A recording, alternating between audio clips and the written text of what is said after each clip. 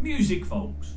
Again, I'm flicking through YouTube 2 days ago, and I'm watching something on YouTube that I'll tell you about it in a minute, and they're interviewing a guy from a band from many a year ago, from the 70s, my era.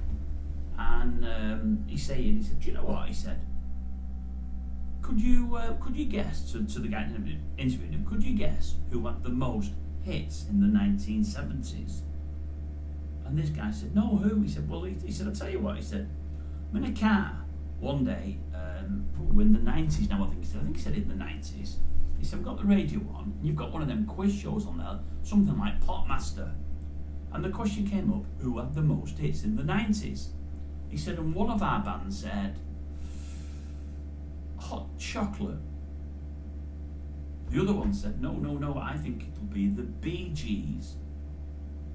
And the third member said, no, I think it'll be ELO. So they were the three that they guessed.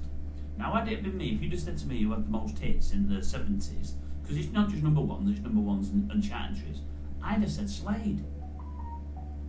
We'd have all been wrong. Can you guess who it is? I was surprised with this. The guy's name that was telling the story, I think it's Dave Bartram. I didn't know he still alive, to be honest with you. He is the main man, the singer from Showaddy Waddy. Yes, he's the singer there.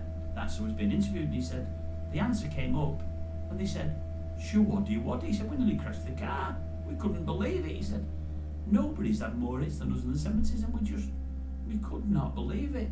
Now, I think he said they had the first hit, I think he said in about 74. So that means they missed the first 3 years of the 70s anyway. So they're like 6 years to go. But they had the most.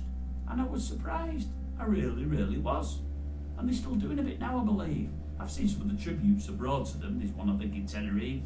There's one in Benidorm. They're all over the place.